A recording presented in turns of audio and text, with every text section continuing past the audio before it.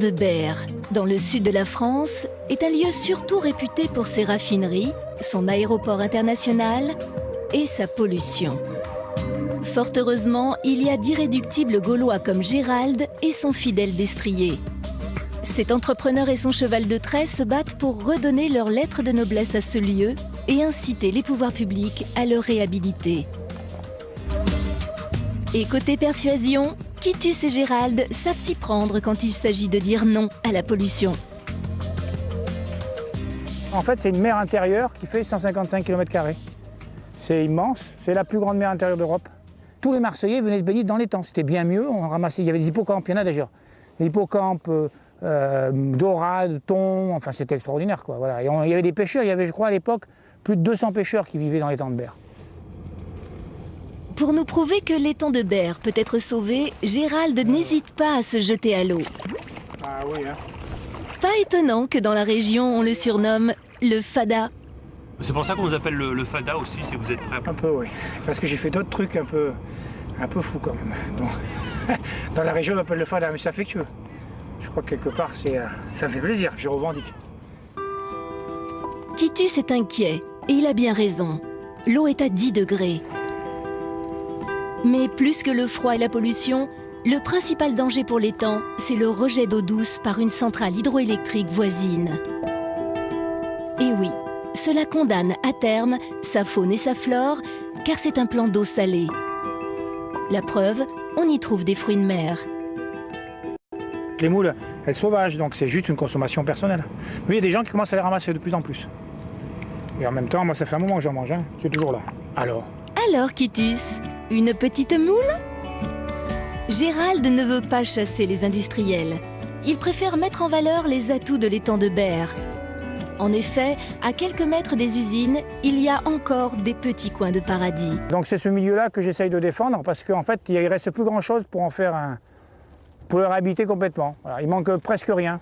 Je dirais que si on était sur l'échelle d'une heure, il nous manque 10 minutes. Pour son étang, notre Fada est prêt à toutes les folies. La preuve? En mai dernier, il décide de remettre une pétition au Sénat. Mais comment parcourir les 900 km qui séparent l'étang de Berre de Paris? À dos de cheval, pardi. Bon, monter à Paris en voiture, ça n'a aucun intérêt. En train, je le fais tous les jours pour mon travail. Bon, donc je me suis pensé qu'il fallait trouver une solution à la fois imagée et en même temps qui représente ce que je venais défendre. Et je pense qu'un cheval est un bon vecteur pour ce genre de message. Accompagné d'Hubert à vélo et d'Yves à la logistique, c'est une véritable aventure qui s'offre à Kitus et à son Fada.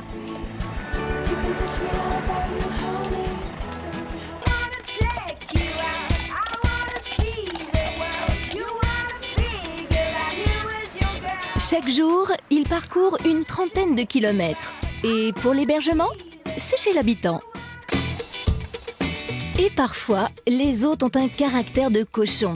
N'est-ce pas, Kitus?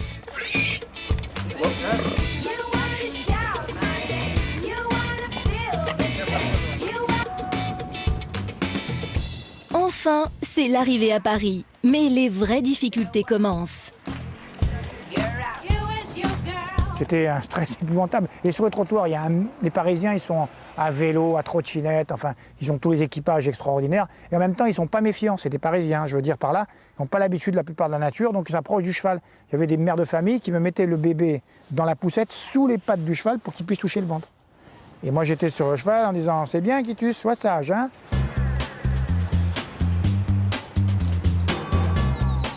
Après avoir traversé la capitale, nos aventuriers frappent enfin à la porte du Sénat, à la plus grande surprise des services de sécurité. Et on a demandé à être reçus. Et là, on s'est aperçu qu'en fait, le commissaire de police qui gérait l'ensemble de la sécurité du Sénat était affolé, parce qu'il ne comprenait pas comment on avait pu arriver jusque-là à cheval alors que c'était strictement interdit, quoi. Donc quelque part, ça a créé un mini-scandale. Ils étaient très pressés que je m'en aille. Et quand je leur ai dit que j'avais pas de vanne pour rentrer, qu'on allait dormir là, ça a été un drame. Alors après le voyage, à Paris, il fallait quand même qu'il puisse être hébergé dans des bonnes conditions. Donc là, il est à la ferme pédagogique des Pennes Mirabeau, c'est-à-dire que c'est à 2 pas de l'aéroport de Marignane, à côté de Vitrolles. Et en même temps, c'est extraordinaire, hein, c'est une ferme avec des vaches, des cochons, des chèvres, etc. Et donc il y a la place pour Quitus qui lui est chargé tous les mercredis et tous les samedis de faire des promenades en calèche pour les enfants. Et bien sûr, il leur reste aussi le souvenir d'une aventure extraordinaire. Oui, c'est créer une équipe. Et en fait, on était tellement ravis d'être ensemble que le soir, enfin, comme une vieille famille, quoi, avec le cheval qui venait manger au milieu de nous, on dormait dans ses pattes, enfin, en fait, ça a été le miracle, hein. C'était une aventure humaine et animale. Bon, je me suis attaché au cheval très fort, mais ça, je m'y attendais. Hein. Et en même temps, bon, je pense qu'on a encore apporté une chose à l'étang, puisque vous êtes là aujourd'hui, hein, et que finalement, j'espère faire connaître l'étang à plein de gens, c'est mon but. Si un jour l'étang de Berre devient une destination touristique, on le devra certainement à un homme un peu fada et à son courageux cheval.